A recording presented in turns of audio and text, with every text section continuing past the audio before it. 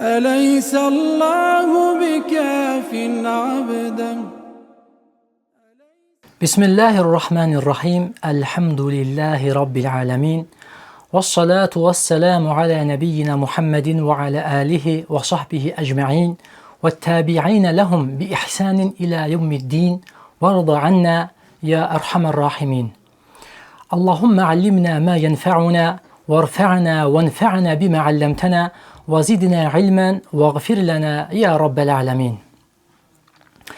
Əziz izləyicilər, məlum olduğu kimi Hafiz Ən-Nəvavinin 40 hədis kitabı ilə tanış olmağa davam edirik və bugün Uca Allahdan kömək istəyərək birinci hədisin şərhi ilə tanış olmaq istəyirik.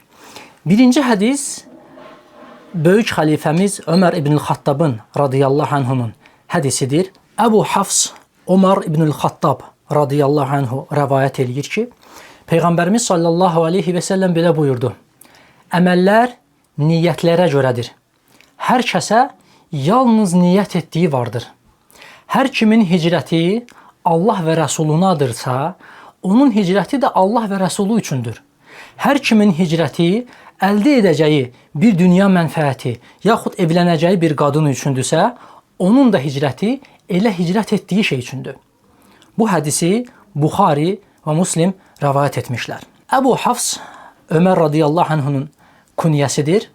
Bunun barəsində ixtilaf var. Alimlər iki rəyin üzərindədirlər. Bir qism üləmanın rəyinə görə Ömərin böyük övladı, möminlərin anası olan Hafsanın adından götürülüb, qısaldılaraq Hafs deyilibdir. Digər qism üləmaya görə isə belə bir ənənə mövcuddur. İnsanın olmayan övladının adından da o götürülə bilər. Məsələn, Əbu Bəkirin Bəkir adında övladı yoxdur. Həzrəti Əlinin ləqəbi Əbu Turabdır, lakin Turab adında övladı yoxdur. Və Peyğəmbərimiz sallallahu aleyhi və səlləm Hafs adında övladı olmadığı halda Peyğəmbərimiz sallallahu aleyhi və səlləm onu Əbu Hafs olaraq künyəliyibdir. Digər məşhur bir ləqəbi Fəruqdur. Haqqı batildən ayırt etmək fərasətinə görə yenə Peyğəmbərimiz sallallahu aleyhi və səlləm onu bu cür ləqəbləndirib. Ömər radiyallahu anhu Raşidi xəlifələrdəndir, müsəlmanların ikinci xəlifəsidir.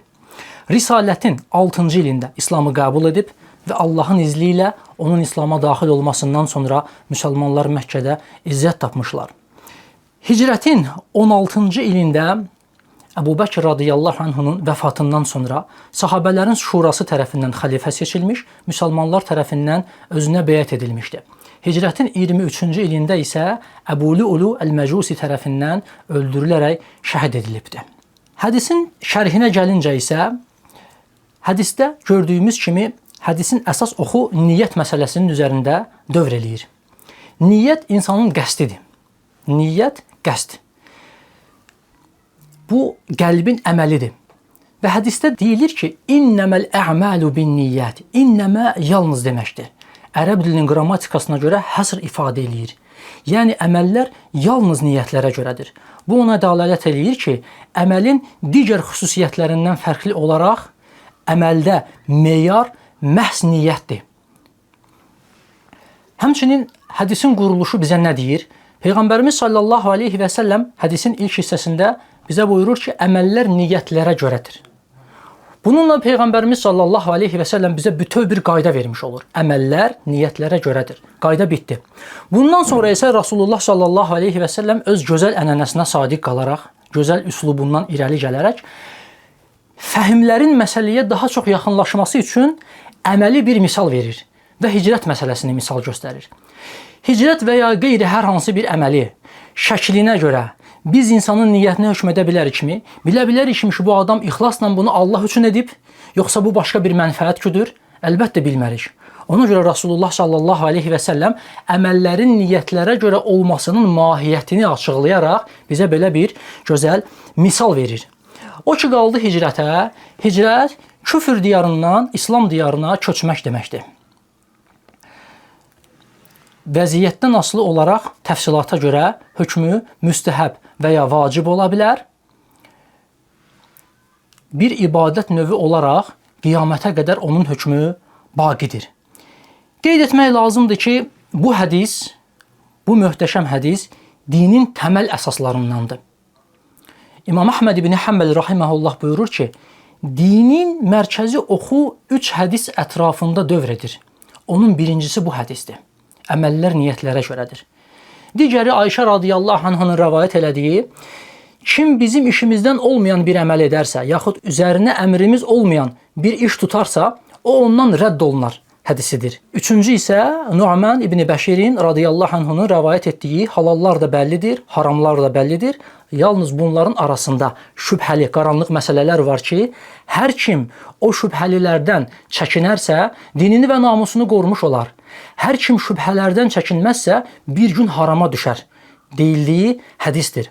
Və İmam Əhmədin rahiməhullahın dinin mərkəzi oxu bu 3 hədis ətrafında dövr eləyir deməsi təsadüfüdürmü? Birinci hədis əməldən bəhs eləyərkən bu bizi ixlasa yönəldir. Yəni tövhid. Ayşə radiyallahu anhanın hədisi isə Peyğəmbərimizin sallallahu aleyhi və səlləmin sünnətinə ittiba etməyə təşviq edir və bidətlərdən uzaq qalmağı əmr eləyir.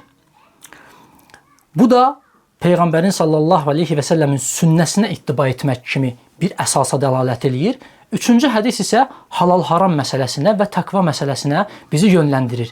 Elə isə İslam bu üçü əsasdan ibarət deyilmi? Tövhid, sünnət və halal-haram məsələlərinə riayət edilməsi. O yüzden biz müqəddimədə də deyildiyi kimi cəvami'ül kəlim, az sözlərlə geniş mənalar ifadə etməyin nə olduğunu artıq bu hədisləri oxuyarkən anlayırıq. Sələfdən bir çoxları deyiblər ki, yaxşı olar ki, kitab yazan müəlliflər öz kitablarını məhz bu hədislə başlasınlar. Nə üçün? Bu hədis onların niyyətini düzəltsin və onlar üçün bir tənbih olsun deyə. Necə ki, bu ənənə də salih sələflərimizdə mövcuddur. Nəvavi rahiməhullah bu əsəri məhz bu hədislə başladığı kimi, eyni zamanda Riyazu Salihin əsərini, Əl-Əzkar kitabını da bu hədislə başlayıbdır. Eyni zamanda İmam Buxari rahiməhullah məşhur Səhih əsərini məhz bu hədislə başlayıbdır. Və buna bu siyahını böyütmək olar, İslam alimlərinə başqa çoxlu misallar vermək olar ki, öz müəlləfətlərini, kitablarını məhz bu hədislə başlayıblar. Və qeyd eləmək lazımdır, İmam Şafi rahiməhullah öz növbəsində bu hədisə böyük əhəmiyyət verib və bu hədisin barəsində buyurub ki, bu hədis dinin yarısıdır. Çünki dində elə mövzu, elə bir fəsil yoxdur ki, şəriətin elə bir fəsli yoxdur ki, bu mövzuya dönməsin. Elə bir fəsil yoxdur. İbadətlər, müamilələr, ədəb, axlaq, cihad, ov və s. hamısı bu hədisə niyyət məsələsinə bağlanır. Şeyximiz Həsən Buxari isə rahiməhullah, hafizəhullah bu nöqteyi nəzərdən deyir ki, əslində bu hədis dinin tamamıdır. Hədisin mətninə qayıtsaq görürük ki, deyilir ki, əməllər niyyətlərə görədir. Əməllər niyyətlərə görə nədir?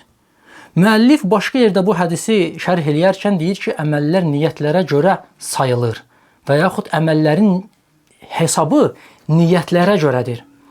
Əməllər niyyətlərə görədir. Savab qazandıran və ya qazandırmayan, məqbul və ya mərdud olması baxımından, əməlin salih və ya fəsadlı olması baxımından bu deyilənlərin hamısı Peyğəmbərimizin sallallahu aleyhi və səlləmin sözündən ehtimal olunandır və mümkündür. Bu hədisin şərhi barəsində çox vacib, incə və lətif bir fayda var. Biz hədisin ikinci hissəsində Peyğəmbərimizin sallallahu aleyhi və səlləmin verdiyi misalda nə görürük? Rasulullah sallallahu aleyhi və səlləm buyurur ki, hər kimin hicrəti Allah və Rəsulunadırsa, onun hicrəti də Allah və Rəsulunadır. Yəni, ərəb dilində bu ləfslər lüğəvi olaraq təkrarlanır. Həqiqətdə bu bir təkrardırmı? Qətiyyən. Bu incəliyi anlamayan oxucu bu hədisin mənasını başa düşməsi mümkün deyil. Hədisdə deyilən ləfsin birinci hissəsi bəndənin qəsdidir. Bəndənin niyyətidir. Yəni, bəndə hicrəti Allah və Rəsulu üçün edirsə, bu səfər bu şərtin cavabı gəlir. Onun hicrəti də Allah və Rəsulunadır. Bu artıq təkrar kimi görünən bu nəticə əslində bəndənin qəsdindən qeyri bu əməlin Allah yanındakı dəyərinə dəlalət edir. Allah və Rəsulunadır. Birinci növbədə bəndənin qəsdi, ikinci növbədə Allah və Rəsulu üçündür bu əməlin şərən və hökmən Allah yanındakı, Allah nəzdindəki dəyəri.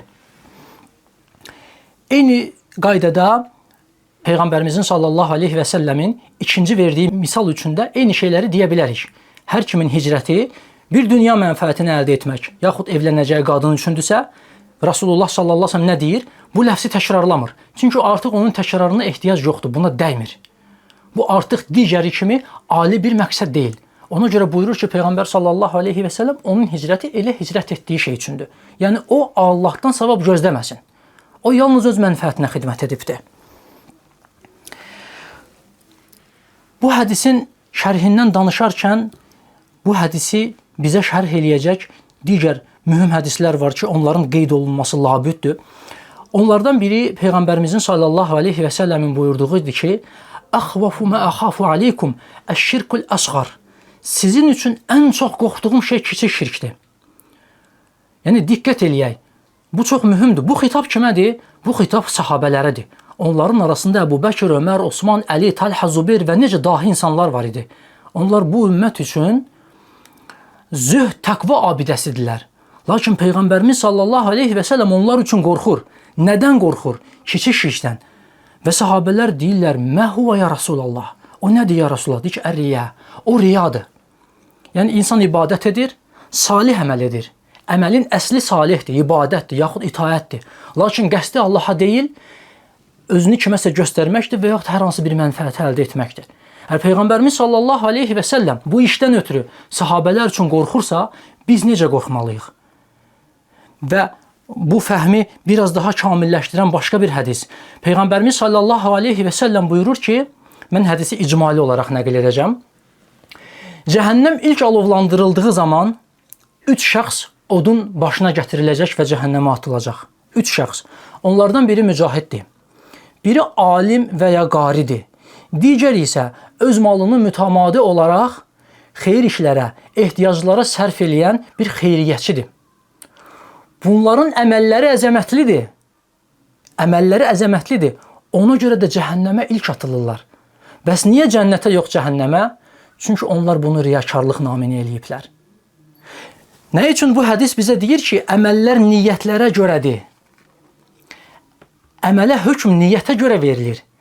Əməl Allah yanındakı dəyərini niyyətə görə qazanır. Əgər bir insan hər hansı böyük, əzəmətli bir əməl edər və niyyəti xalis Allah üçün olarsa, o böyük savab qazanır və cənnətə layiq olar. Lakin insan eyni əməli, əzəmətli əməli fəsadlı niyyətlə etdiyi zaman, eyni zamanda o əməl ondan qəbul olunmaz.